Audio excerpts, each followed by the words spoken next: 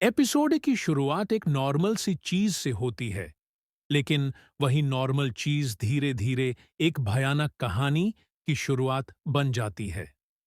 Subaru नात्सुकी, एक आम सा लड़का जो एक दिन कन्वीनियंस स्टोर से बाहर निकालता है, हाथ में चिप्स, थकान भरी आंखें और दिमाग में कोई खास सपना नहीं।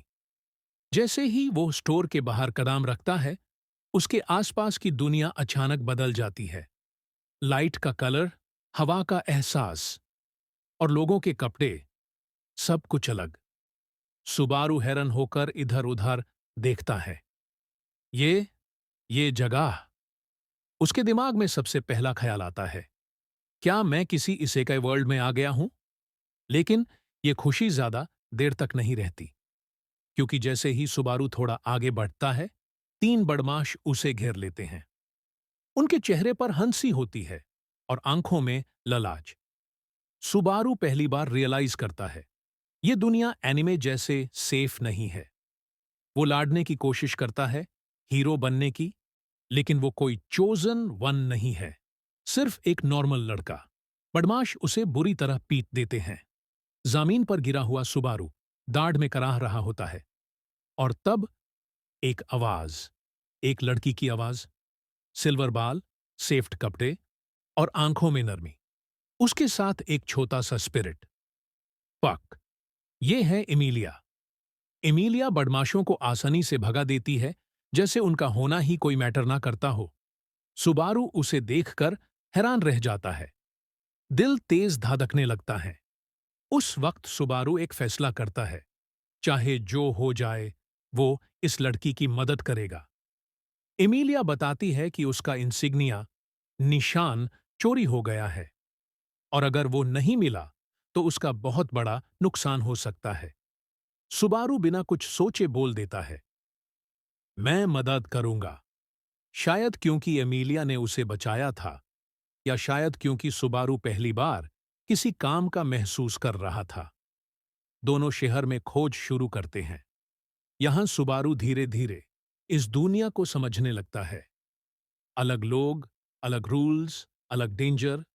थोड़ी देर बाद उनकी मुलाकात होती है फेल्ट से, एक छोटी चोर लड़की, और साथ ही रोम, एक बड़ा स्ट्रांग आदमी जो फेल्ट का प्रोटेक्टर जैसा है। पता चलता है कि इंसिग्निया लूट हाउस में है। लूट हाउस, नाम जितना सिंपल, जगह उतनी ही खतरनाक। सुबारू अंदर जाने से पहले थोड़ा हेसिटेट करता है, लेकिन एमिलिया के साथ होने की वजह से वो आगे बढ़ता है। लूट हाउस के अंदर हवा भरी हुई होती है, एक अजीब सी ठंड से। और तब वो आती है, एल्सा ग्रनहियर्ट। एक मुस्कुराहट जो खून से भी ठंडी लगती है, आंखें जो सिर्फ मौत देखती हैं।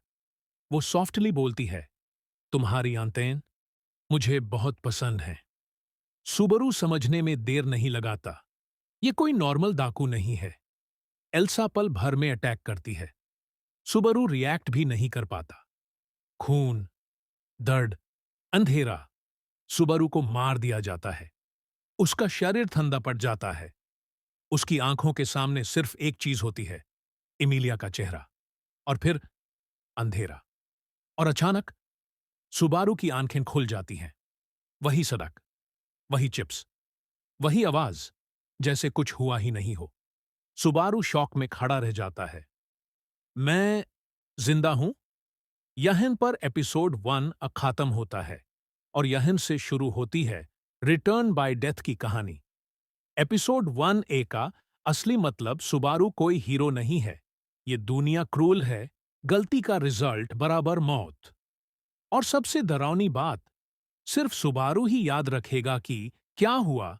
व्यूअर के लिए सवाल, अगर आप सुबारू की जगह होते और आप जानते कि हर गलती पर आप मर जाओगे, तो क्या आप फिर भी किसी की मदद करते, या सिर्फ अपनी जान बचाते?